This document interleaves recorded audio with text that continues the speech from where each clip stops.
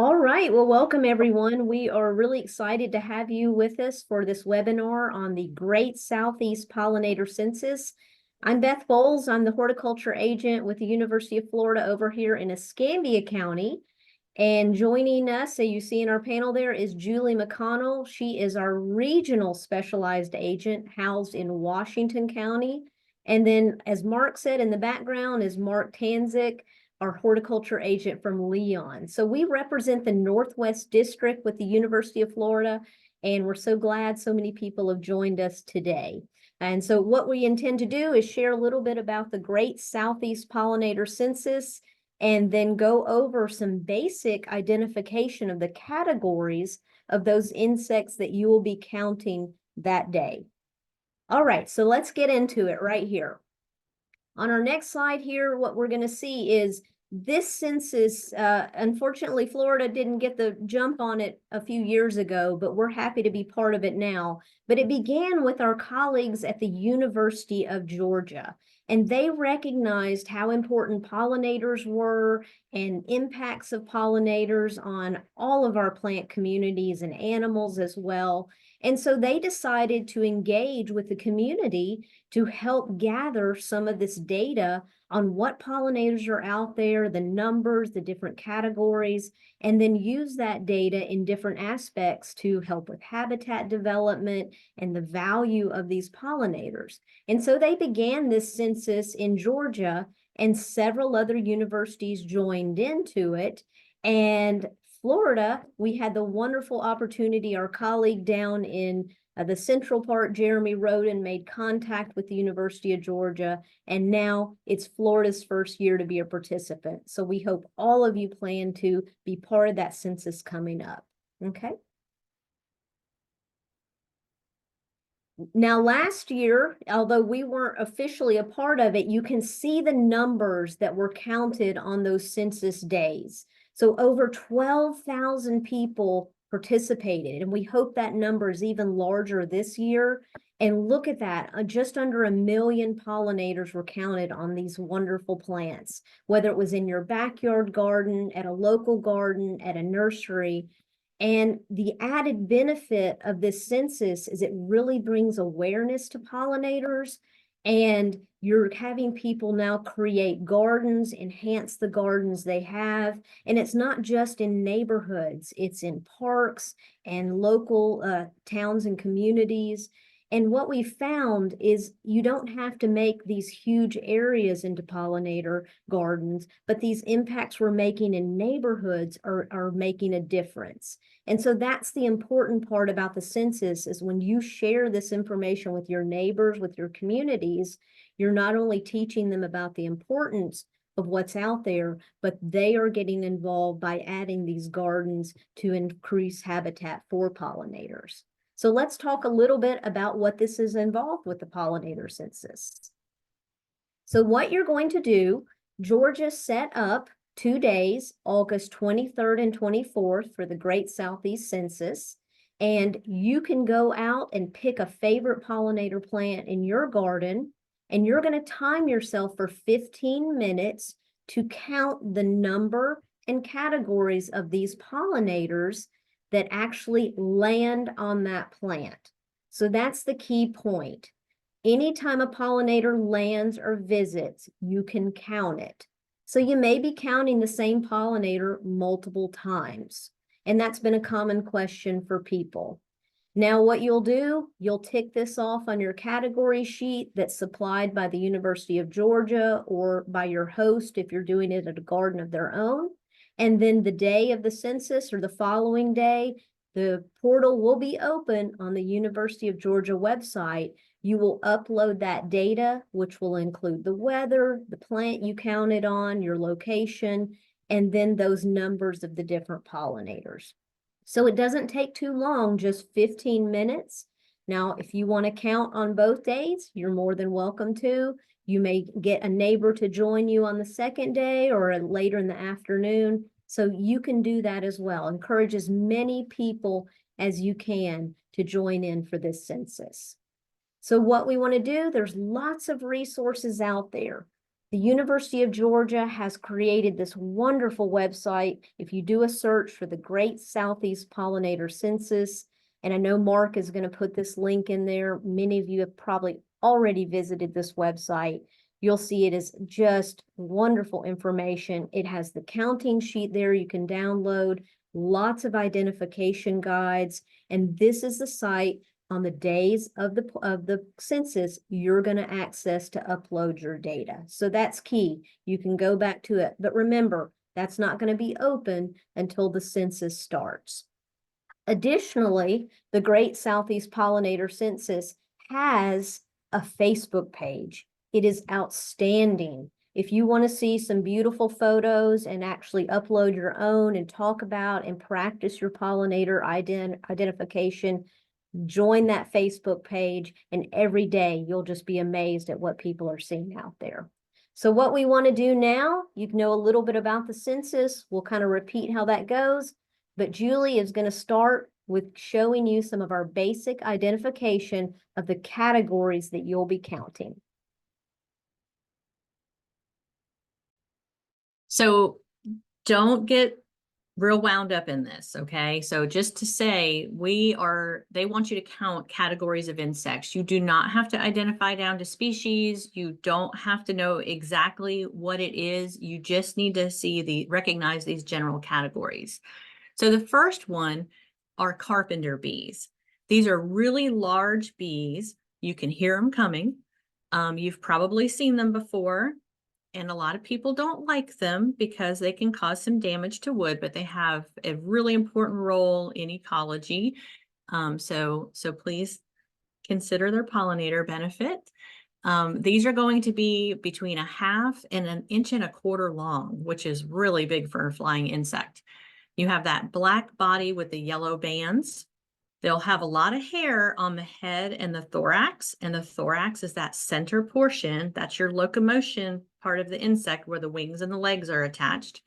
And then the abdomen, which is kind of the bottom part of the insect, is going to be, it still has some hair on it, but it doesn't look as fuzzy as a lot of other insects. And so to steal the phrase that UGA used that I thought was really cute and easy to remember is it has a shiny hiney.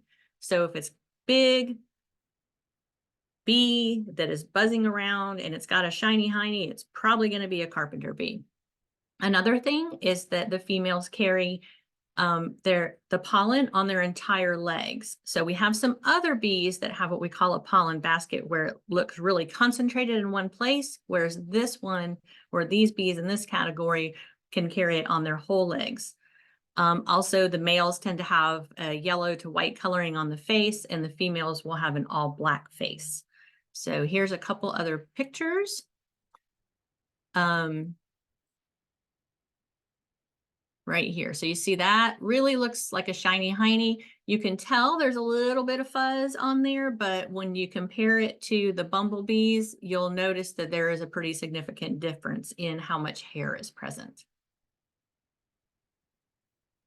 Here's a couple more, and you can see you've got pollen collecting all along the leg, not just in a bunch on the top of the leg. And you'll notice again, sometimes you have to kind of compare to see the difference, but really look at that abdomen because that's going to be a really key indicator on these larger bees, the carpenter bees. You're muted, Beth. Sorry about that, y'all. So the next one that's going to be a really robust bee, although not quite as large as the carpenter bee always, is the bumblebee. So this is the one that's going to be most often confused with your carpenter bee. So a little bit smaller, but still a little bit about 1/2 inch to almost 1 inch. There is a little bit of variability in species on size. However, this is the one that's going to have hairs covering the entire body. They are mostly black and yellow, but depending on the species, we can have some with red bands or different patterns of black and yellow. One thing that's a little bit different, if you kind of get a look and follow one around, the head is just a little bit more narrow than the body. So if you look at that body right behind the head, that's the thorax. And then behind that is the abdomen. The head will be a little narrower compared with your carpenter bee. But the key is also, if it is carrying pollen, and we're going to see this in the next picture, they have specialized hairs on their hind leg that really hold pollen well. And the bumblebee is one that will moisten that pollen with nectar and pile it into that pollen basket. So we almost see like a lump of pollen on the hind leg. So let's look at the next pictures and we'll see that in the one on the left. So you see the definitely hair covering the abdomen. On the one picture on the left, you see 2 yellow bands, and then the rest of the bands are black hairs.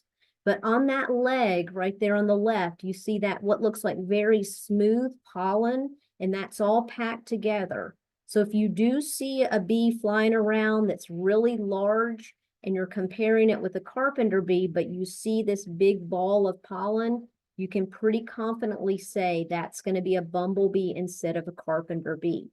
Now, the other picture at the top, Julie took a great picture on a sesame flower. You see the bands are a little bit different color. You kind of have a very light pale yellow with the rest of the abdomen that's dark. But again, the whole body is fuzzy, has hairs, and that head is much smaller. And then that bottom picture, again, a different pattern, mostly yellow with the very end of that abdomen being black. But again, just follow it around. Sometimes you may use the camera on your phone to snap a picture and then get a little closer so that as you follow that, as it visits the flower, you can say bumblebee versus carpenter bee.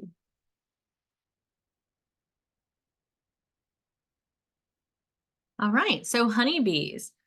This is probably one of the most recognized and certainly gets a lot of attention. The European honeybees. So they are not very large. They're about, right around that 1/2 inch size, give or take. You have the golden brown hairs on the body and around the eyes. You've got the brown or black stripes on the abdomen. And they also have a pollen basket similar to the bumblebees. And so they'll carry it around and kind of really concentrated in that kind of, want to say, upper thigh area if you're, not real familiar with the entomology terms.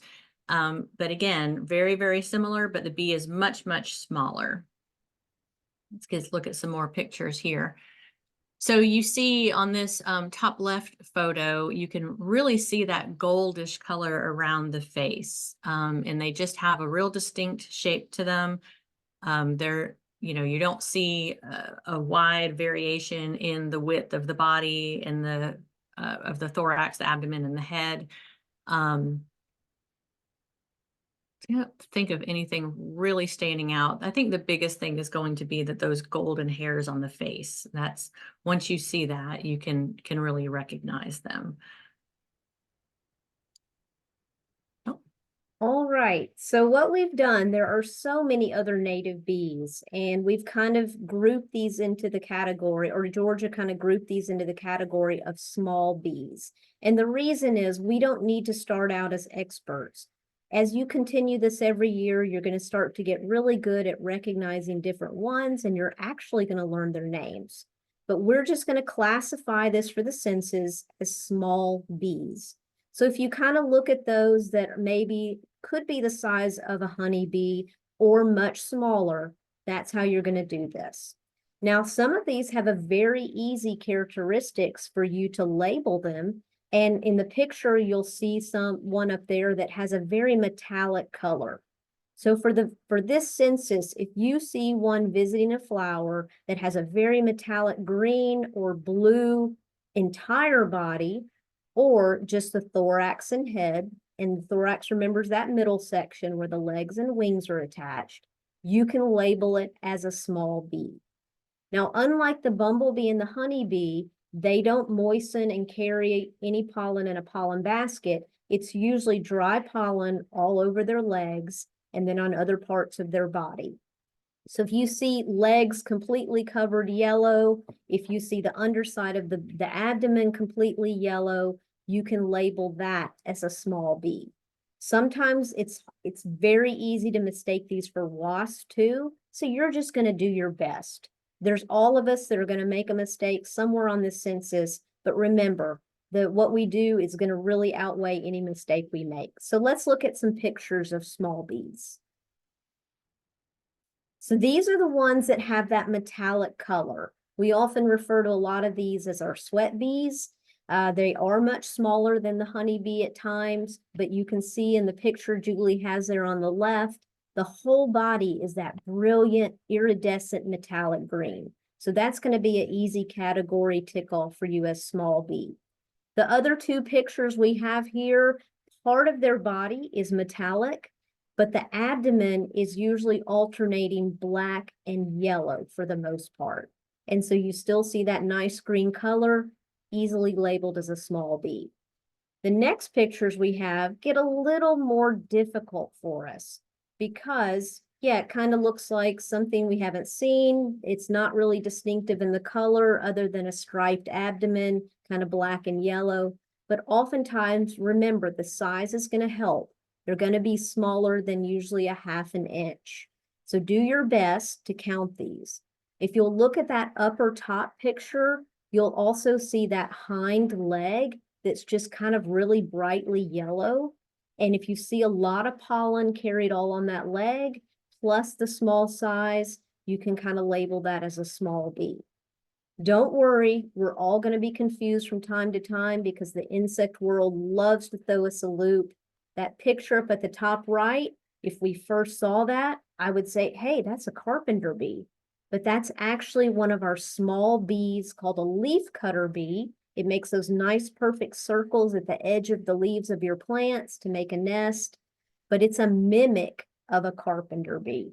So don't worry about it. Do your best, make the tick the best you can on your sheet as to what you think they are.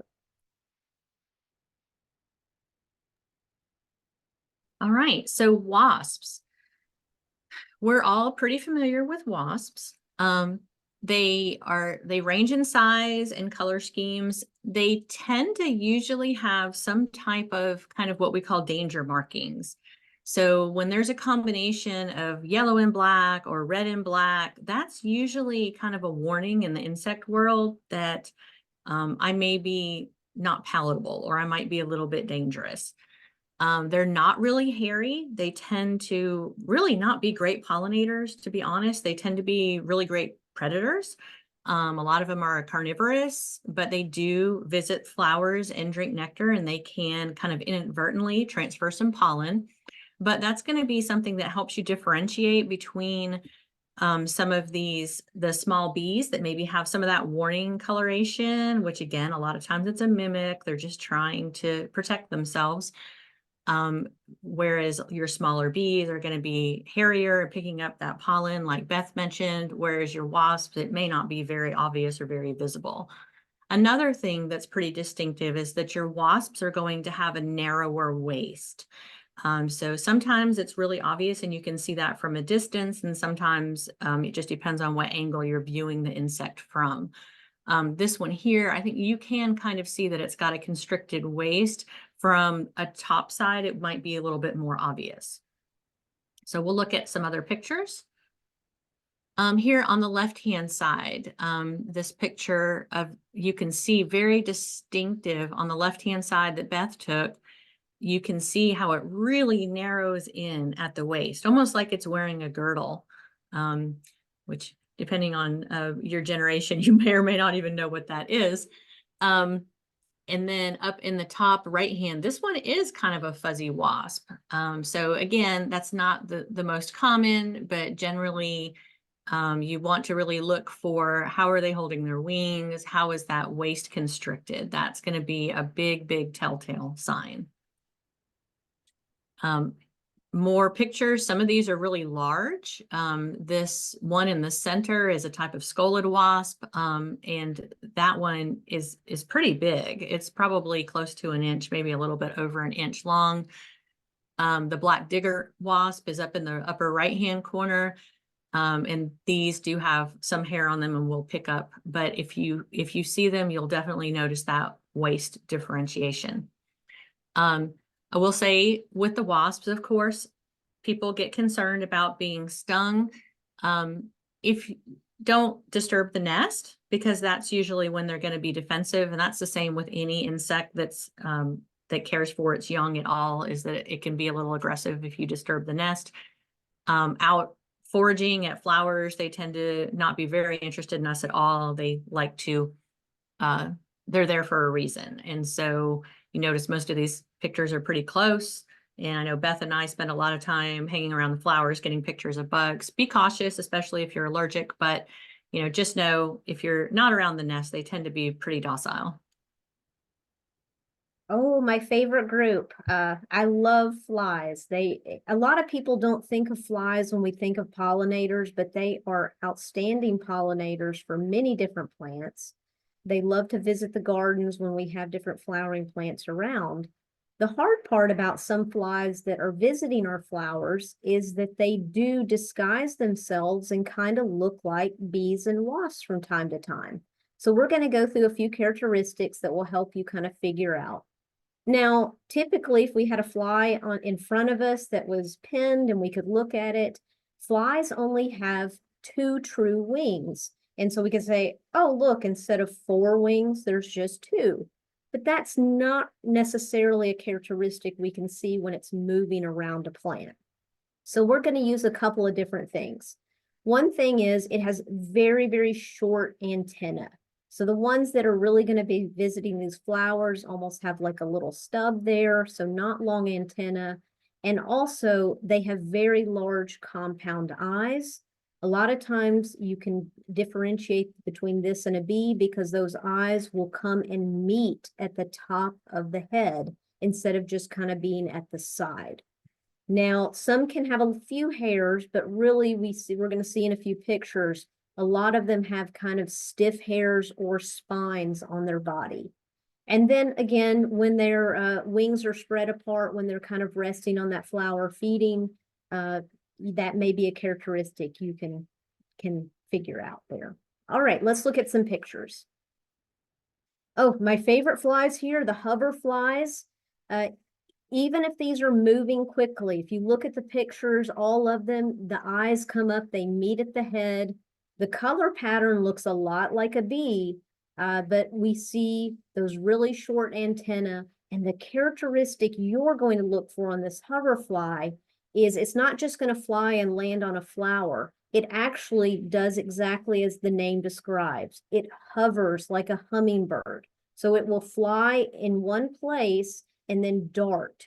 And so that's a good characteristic. If you see one doing that, you can follow it. When it lands on that flower, you count that as a fly. And then you can follow it again. If it hovers, then lands on another flower, you can count that again. So that's one of the characteristics for the flower flies or the hover flies that do mimic bees and wasps. Now, there are other flies. There's some house type flies, flesh flies that will visit flowers. You may see this pretty large fly. It's called a tachinid fly.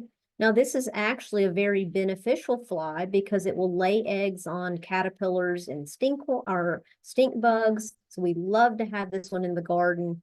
But it's like a house fly on steroids, very robust, but very spiny and hairy. Again, if you look at the eyes there, they're almost meeting up at the top. I don't think you'll mistake this one for anything else. Very small antenna, but it will be around flowering plants, especially those aster type flowers with the disc flowers in the center. And then we also around flowering plants see a very tiny fly, but the characteristic of this one called the long-legged fly that you may find is it's metallic in color, very tiny. So it's not going to have the body like those metallic sweat bees we saw.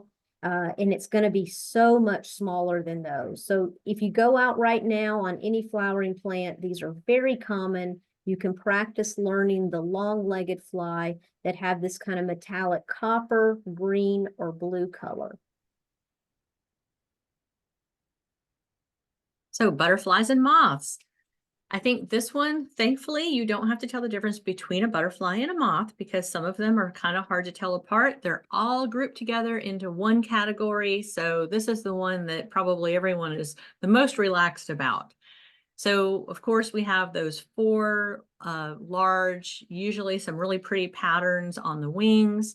They can be all different sizes. We can have, moths that are less than a half an inch, or, butterflies that are, gosh, I don't know, 3 inches across wing spread.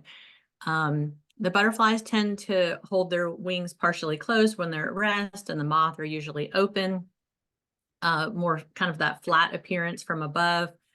But regardless, you don't have to tell the difference between them.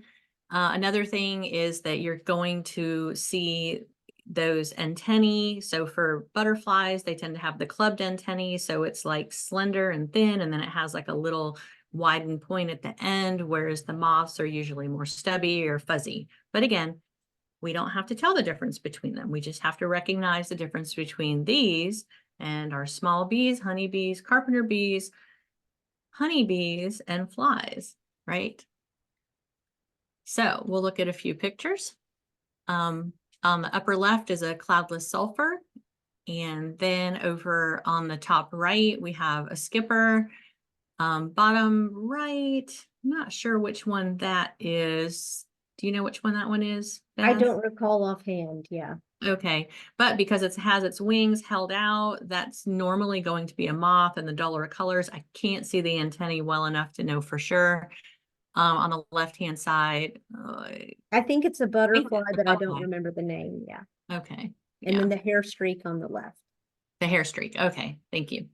But as you can see, they're visiting all kinds of different flower shapes and colors. So if you have something blooming in your yard, there's a very good chance you'll have something show up. And thanks, Rosie, for pointing out that butterfly name. So look in the chat over there. Thank you. Yeah, so the fun thing is if you see anything else, guess what? It gets labeled as other. We love the other category. So this is going to be things that could be there, they may not be necessarily pollinating the flower, but if it's on the flower, go ahead and it's on the plant, you can count that. So this would be like a lady beetle or any type of beetle. And some beetles are really good pollinators too, depending on the plant. Those are going to have kind of a hard shell for their wings, and then those open and their membrane wing comes out. But if you see that hard shell, they may often have a nice color pattern to them. You could count our true bugs. These would all be maybe looking for something to eat or feeding on the plant itself. But they may have kind of a stilt-like leg to themselves, like our leaf-footed bugs or our ambush bug. And then, of course, if we have an occasional visitor like a dragonfly or a damselfly. So you can just call those others. So let's look at a couple. On the left, we have one of our true bugs. You see the stilt-like, very narrow legs as it walks around that flower. And then on the right, we have one of our beetles, very colorful. You see the hairs kind of on the middle section, the thorax, and then those hard wings that cover that membrane that'll open when they want to fly. All right, so frequently asked questions. Who can participate? Everybody. Everybody. Right? So, if you're, as far as submitting data, if you are in Georgia, South Carolina, North Carolina, or Florida, we're so excited to be included in this, then you can upload your data. So really it could be, you could do it as an individual, you can include kids, other adults. I know some garden clubs are going to get together and do it. Some Master Gardener volunteers are going to get together and do it. Anybody can participate at all. All right, when is the census? So we said it's going to be for 2 days. We're getting ready right now, but the 2 days of the actual census will be August 23rd and 24th. So there is a Friday and a Saturday, and you pick the time. Right. And yes, you can absolutely count more than once during that 2-day census. If it works out for you that you want to count more than one time on one day, or count one time each day, or whichever, they just ask that when you're observing that you stick to that 15-minute window of observing that particular plant or that portion of that plant and do the count that way. That way we're consistently collecting our data. And then probably the most common question everyone has is how many times do I count an insect that's landing 5 times on my plant? So remember, we're not just counting the insect itself, we're counting the times it visits or lands. So in this case, we would count that insect 5 times. And a really good question that they shared on the main website is, what if my plant is too big to see the entire thing? You can just section it off and you can kind of identify, say, a 2-foot by 2-foot area, a section that you're comfortable observing, and you just count within that section. Another thing is, if you have a group of people, maybe you have a very large flowering shrub that a lot of insects are likely to visit, you can split it up and you would each fill out your own data sheet for the section that you are monitoring. So just be consistent. Julie, I had a question in the Q&A. Okay. Are we only counting these that land on flowers or any part of that plant that we're observing? So what if it lands on the leaf, the stem? Do we count it, or is it only visiting flowers? That was a good question. I wasn't sure about that one.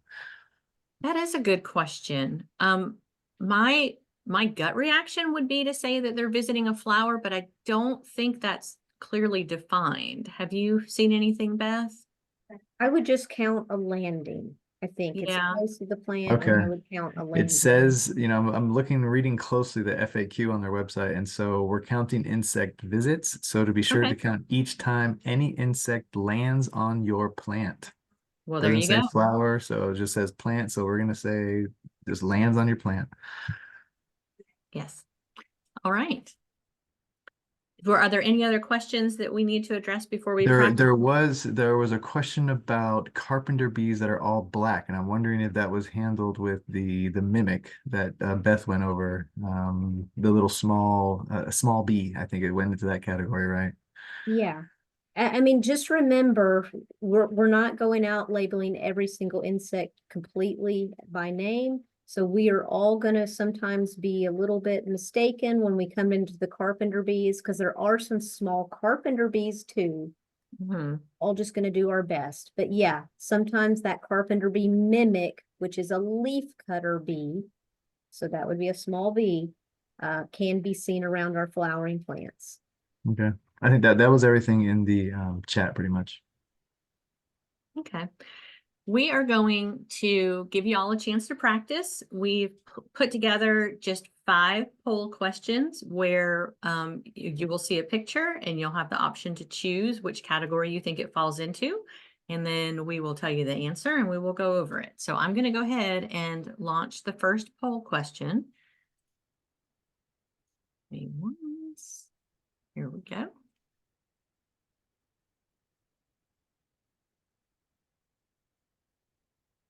Does everybody see that? Yeah, I see it on my end. All right, people are starting to. Host and panelists don't get to vote, Julie. I'm sorry, Mark.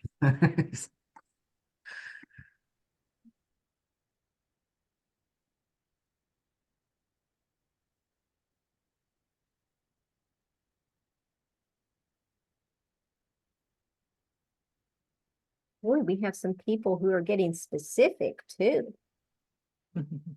Way to No go, cheating in the y'all. chat. Let everybody have a chance to see what they Oh think yeah. in the You should poll. you might need to scroll down, folks. You might need to scroll down to see the options on the screen. Yeah. Oh, yeah. Oh, good point.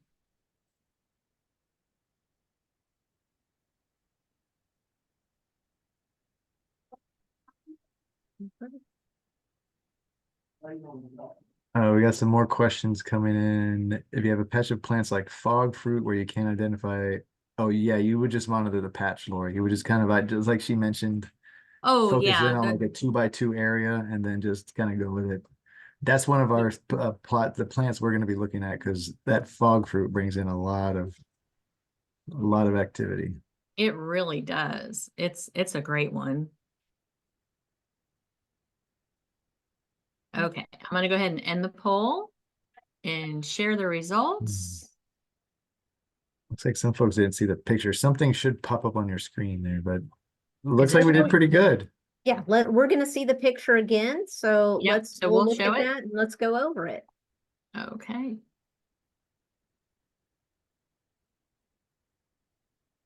And bear with me, this is my first time using the polls. Okay, So yeah, so y'all said, some of y'all said small b, which yes, this does look like a small bee. It's very tricky. So this is one that does have that coloration like a bee. However, look at the eyes. They meet up at the top of the head. They're very large. And we can't really see it too well, but we see the tiniest little antenna sticking out. But you're right. This one would be a little bit of confusion for us. So let's practice some more out in our gardens. all right, We'll try our next one. look at the next one.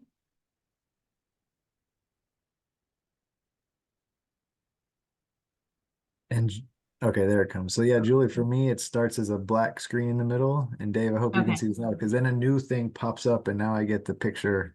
And just Okay, remember, can you everyone, see it now? I can see Yeah. it now, and there's options below, so just scroll down in that box. Okay. But I don't get to vote. Oh,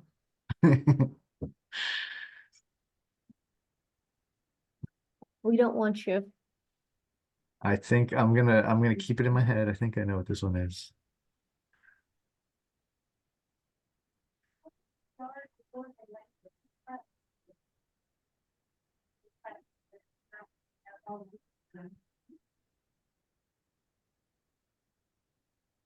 I'll give it a few more seconds.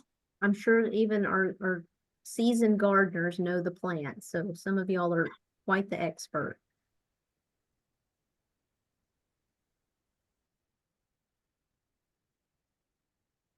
All right, so we're going to share the results. Oh, they did really well on this one. Shiny hiney, right? Shiny hiney. So that was a carpenter bee. I'm going to stop sharing so we can go to the next slide. Whoop, so you can see it bigger. All right, there it is.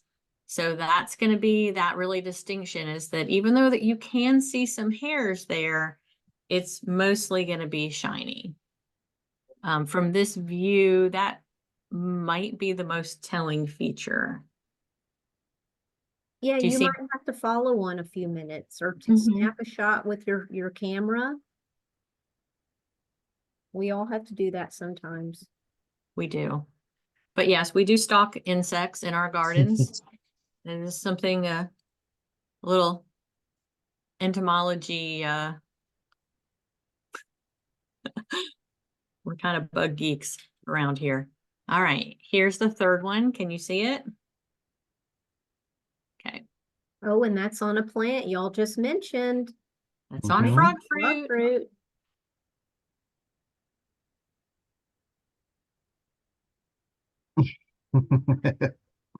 Mary says she stalks insects and the neighbors think they're nuts.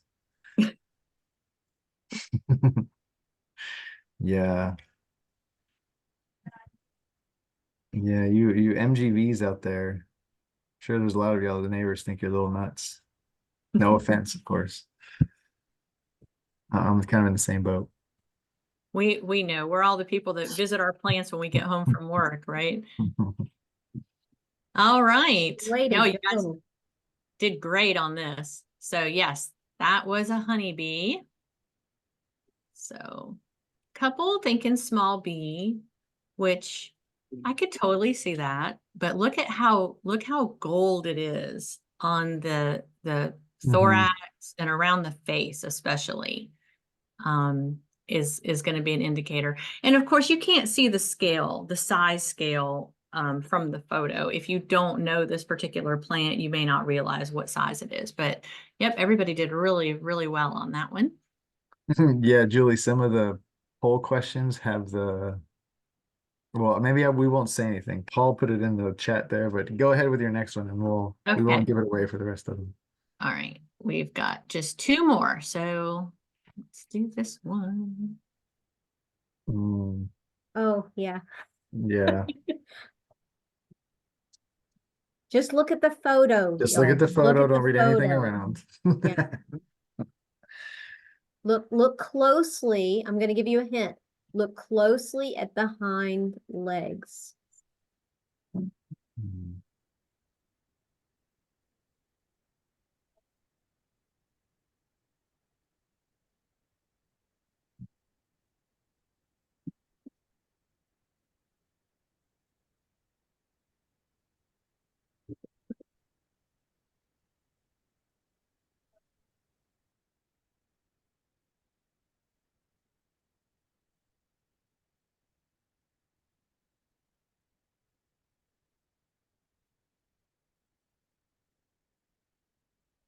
Give it just a couple more seconds here.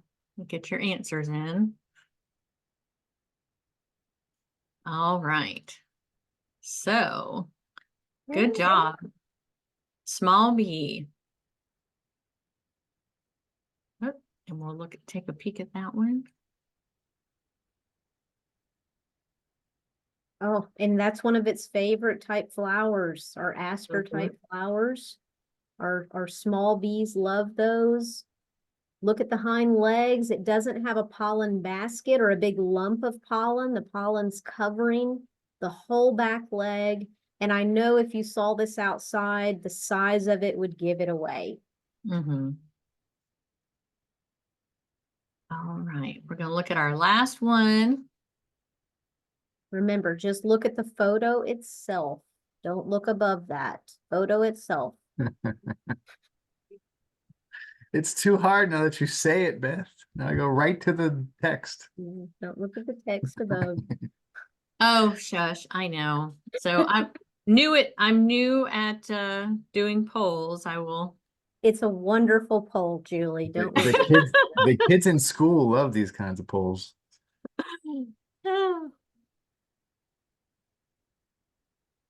anyone know the plant? All our experts out there, what plant is that?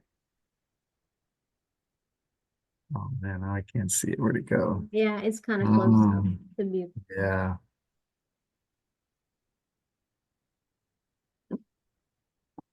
Let's see. I am looking for an answer to. I don't think you identify the plant, do you? No, we're just playing. with Oh, our there is, yes, on the Oliver Garden. census sheet, there is the name of the plant. So yes, you do Yes, need to put the you name do of have to. Oh, yeah, there we go. Okay, so that is a bumblebee. And let's see, go to that next slide. Is the slide picture up? Mm-hmm. Okay. It is. Yeah. So you can see it's very, very hairy on the abdomen.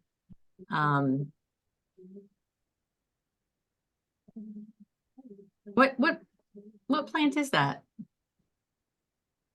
Looks like a I- lantana to Yeah, me. look, I but- think it was lantana. Yes. Okay.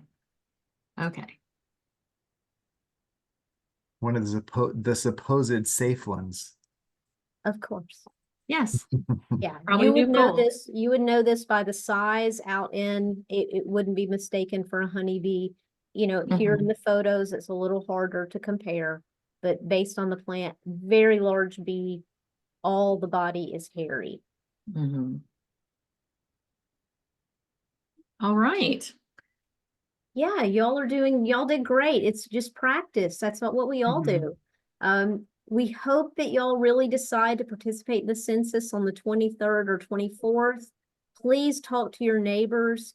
The data you collect, the help you provide is going to be critical to all of our university systems. And then, I know many of you already have a pollinator garden. Talk to your neighbors too. Say, hey, it can be in a container, it can be your herbs. That's what we all need to do. The more we can spread the word, the more habitat will be for pollinators and the more protection. So we have this wonderful diversity around us. We thank you all for being here. We are going to send each of you a link to our Google site. We have created one with special ID cards, so you can practice with that. It has the count sheet on it. You can always visit that site from our friends at the University of Georgia. And we're so thankful the University of Florida is part of this and our colleague down south for making that connection. So if we can answer anything, you let us know. Yeah, and if you're local in Leon County and Beth, I mean, I basically took this idea from you. Aren't you opening up the extension office for folks to come and basically do the census there at the office garden? Yes, so we will have our gardens that morning. They'll have master gardeners here. If you'd like to come count in our garden, we have some plants established. We'll help guide you, or you can count on your own or with a group. But yeah, if you don't have a spot at home, you can always come to the Escambia County Demonstration Gardens. Yeah, we did. I took that idea from Beth. So we're going to do the same thing in Leon County. So again, if you want to come hang out with us, I've identified some plants that we're going to look at and see what the differences are. And are you doing those on Friday and Saturday or Just one or the just other? Friday. Sorry, Friday 10 to 12 at Okay. Leon. We're both days in the morning. Yes. All And I right. picked some plants. I picked some native planted species, some non-native planted species, and we're also going to look at some wild native plants in kind of the wood edge and see what we find. So Florida friendly. Yeah. That'll be right. Great. Well, thank y'all, and we hope you participate and spread the word, and definitely visit the website for some resources. Thank Have a y'all. good one, everyone. Bye, y'all.